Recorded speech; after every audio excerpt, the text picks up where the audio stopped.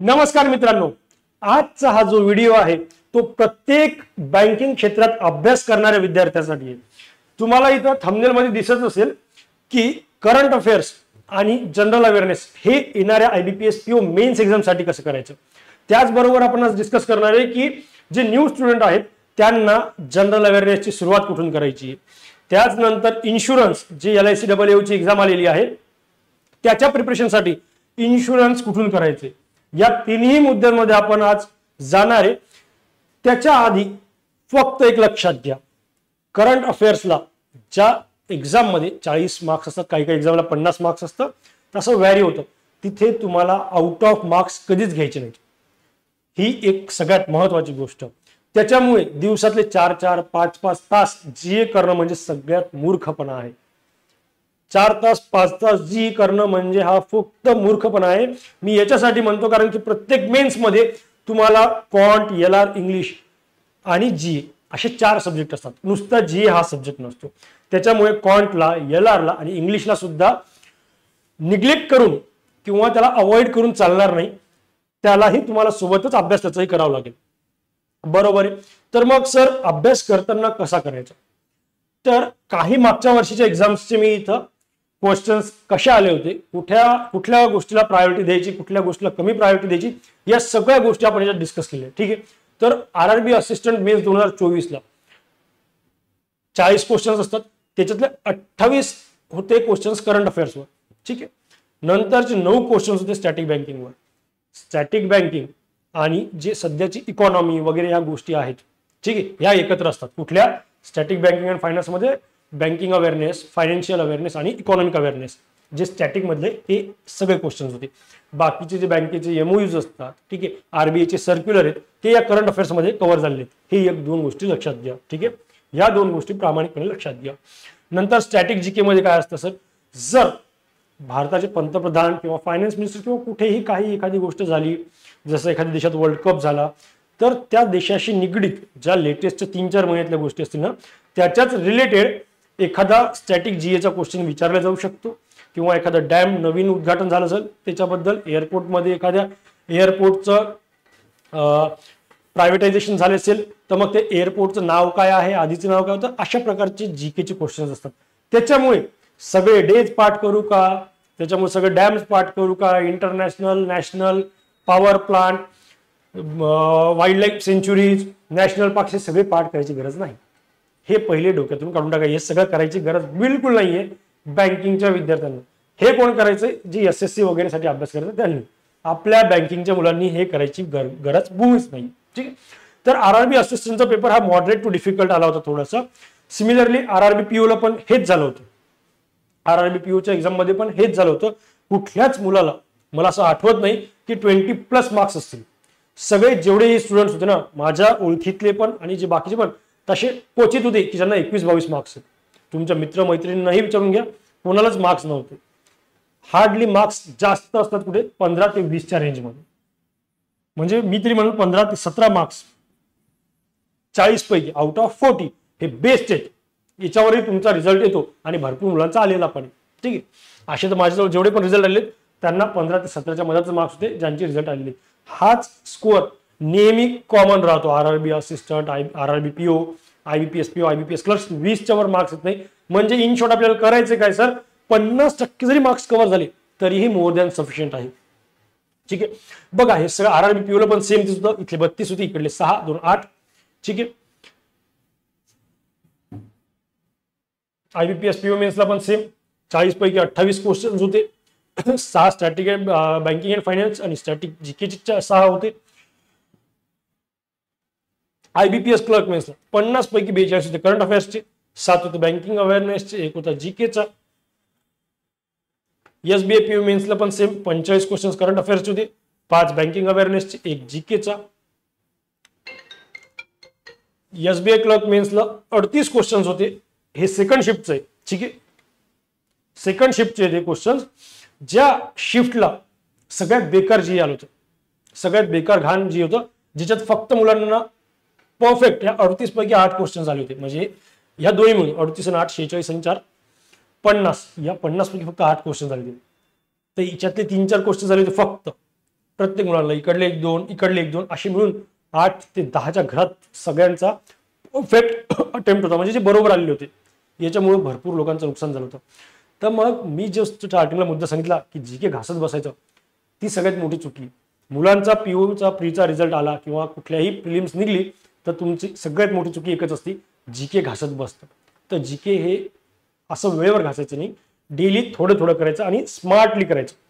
Smartly कसं असं, तर कुठल्या गोष्टींना प्रायोरिटी द्यायची, सगळ्यात जास्त टॉप प्रायोरिटी कुठल्या गोष्टींना असली पाहिजे, तर बँकिंग अँड फायनान्सचे जे RBI असतात सर्क्युलर, बँकिंग अँड फायनान्सचे जे न्यूज असतात त्याच्यामध्ये RBI आणि त्याच्या सर्क्युलर ह्या गोष्टी मिळून, Indian affairs means national affairs, भारतातले ज्या अफेअर्स गोष्टी असतात, ज्या भारताच्या सेंट्रल गव्हर्नमेंटच्या गोष्टी, त्या सगळ्या याच्यात कव्हर होतात. ठीक आहे, तर त्या तुम्हाला जास्त काळजीपूर्वक बघाव्या लागतील.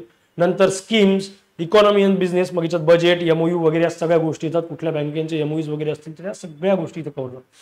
तर या 4 गोष्टी सगळ्यात जास्त प्रायोरिटी असली पाहिजे तुमचा जेव्हा तुम्ही जीकेच्या नोट्स रेफर करता तेव्हा.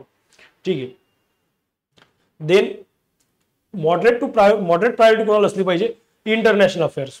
ठीक आहे, नंतर अवॉर्ड्स अँड रिकॉग्निशनवर, इंटरनॅशनल अफेअर्सवर, डिफेन्सवर, अपॉइंटमेंट अँड रेजिग्नेशनवर, स्पोर्ट्सवर, इंडेक्स अँड रिपोर्ट्सवर, या सगळ्या 6 टॉपिकवर एक प्रश्न तर हमखास असतो. मोस्ट ऑफ द टाइम काय होतं, अपॉइंटमेंटवर एखाद्या वेळेस 2 येतात किंवा इंडेक्स 2 येतात, अवॉर्ड 2 याच्यातले एका याच्यावर असतात. म्हणजे हे 7 ते 8 मार्क्स हे कंपल्सरी तुम्हाला येतात.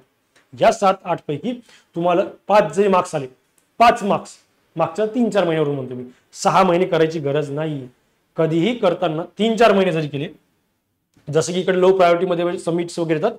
हे बघा इथं मी सांगितलं की रिव्हिजन हे सगळ्यात जास्त महत्वाचं आहे. ह्या गोष्टी ज्या आहेत, ऍडिशनल टिप्स जे आहेत, या तुमच्या फक्त लास्ट 3 ते 4 महिन्याच्या ज्या गोष्टी आहेत ना, 3-4 मंथ्स जी आहे, हे जर तुम्ही ह्या स्ट्रॅटेजीने केलं तरीही तुम्हाला 20 मार्क्स कसेही पण येतील, कसेही 20 मार्क्स येतील. कसे सर, तर रिव्हिजन सगळ्यात जास्त महत्वाचं असतं. प्रत्येक जे तुम्ही आता 3-4 महिने करणार आहेत त्याच्या प्रत्येक नोट्सवर वीकली आपण जे अफेअर्स क्लाउड सांगतो नेहमी, अफेअर्स क्लाउडची PDF करा म्हणून. ठीक आहे, अफेअर्स क्लाउडची PDF ही तुम्हाला कंपल्सरी करणं आहे सध्याच्या कंडिशनला. त्याच्या मागचं कारण सांगतो. हा पहिला सोर्स. दुसरा सोर्स आपले व्हिडिओज. ठीक आहे, जे आता व्हिडिओज अपलोड होतील, जे फ्रीमध्ये राहतील, ठीक आहे, युट्यूबला वगैरे, ते सगळे एकदाच सोबत अपलोड करणार आहे मी. त्याच्यातले जूनचे कंप्लीट झालेत, जुलैचे बाकी आहेत 2, जुलैचे 2 झाले, जूनचे कंप्लीट झालेत आणि ऑगस्टचे. हे सगळे तुम्हाला सप्टेंबरच्या फर्स्ट वीकमध्ये अवेलेबल होऊन जातील आपल्या ॲपमध्ये किंवा युट्यूबला. ठीक आहे, याच 2 गोष्टी करायच्या तुम्हाला. अफेअर्स क्लाउडची PDF वीकली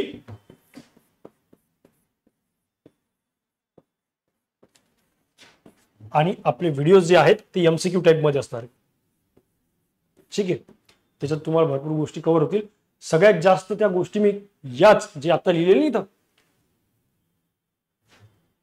हे जे इथे लिहिलेले, मॉडरेट प्रायोरिटी कोणाला दिली पाहिजे, हाय प्रायोरिटी कोणाला दिली पाहिजे, या सगळ्या गोष्टींचा विचार करूनच व्हिडिओ बनवलेत. असेच नुसते बनवायचे म्हणून नाही बनवले, तर त्या मागे सगळ्या गोष्टींचा विचार सुद्धा आहे. आलं लक्षात. तर या सगळ्या गोष्टी असतात मॉडरेटवाल्या.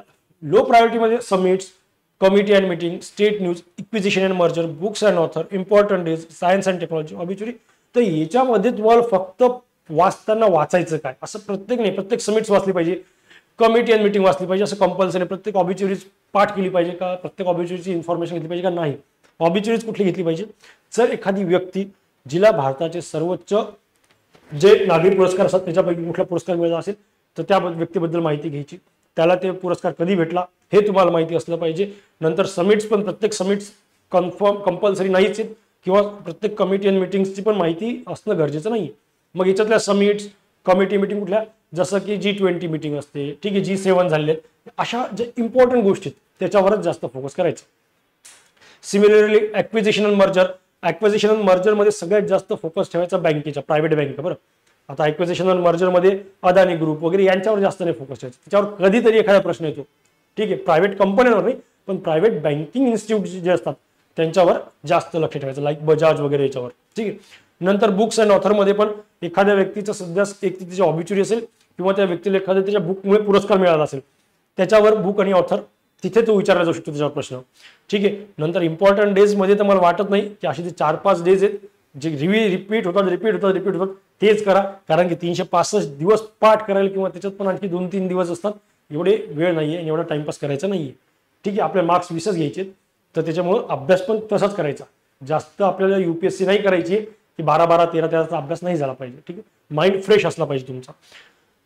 तर अशा प्रकारे तुमचं सगळ्या गोष्टी कव्हर झाल्या पाहिजे. रिव्हिजन तुमची 3 वेळेस झाली पाहिजे. ठीक आहे, प्रत्येक वीकची 3 वेळेस, आणि आपला व्हिडिओ एकदा फक्त किंवा 2 वेळेस ऑफर्स क्लाउड विकली आणि एकदा आपला व्हिडिओ बघायची गरज आहे. नंतर कन्सिस्टन्सी असली पाहिजे तुमचं. जे मी सांगितलं, शेवटच्या वेळेत धावपळ करायची नाही. कन्सिस्टंट डेली 1 ते 2 आवर, 1 आवर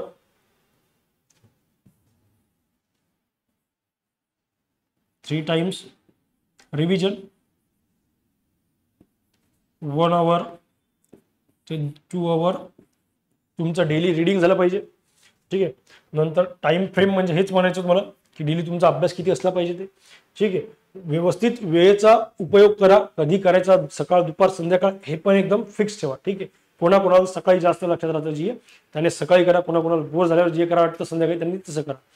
नंतर क्विजची प्रॅक्टिस भरपूर करा. ठीक आहे, क्विज भरपूर द्या. आता आपल्या ॲपमध्ये पण क्विज अवेलेबल होतील तुम्हाला थोड्या दिवसानंतर. एकदा 7 तारखेच्या पुढेच तुम्हाला गोष्टी क्विजेस वगैरे सगळे अवेलेबल होतील. इन्शुरन्सची आपली बॅच पण 7 तारखेनंतर गणपती उठल्यानंतर सुरू होणार आहे. ठीक आहे, त्याच्याबद्दल पण मी व्हिडिओ टाकेलच आहे. त्याच्या PPT वगैरे सगळे रेडी झालेले आहेत, एकदम प्रॉपर वेळेनं बनवलेले सगळे डाटा. तो आपण त्याच्यावर डिस्कशन पुढे करू. पण सध्या सगळ्यात महत्त्वाचं काय असणार तुम्हाला, क्विजेस. क्विजची प्रॅक्टिस सगळ्यात जास्त महत्त्वाची. काय सर?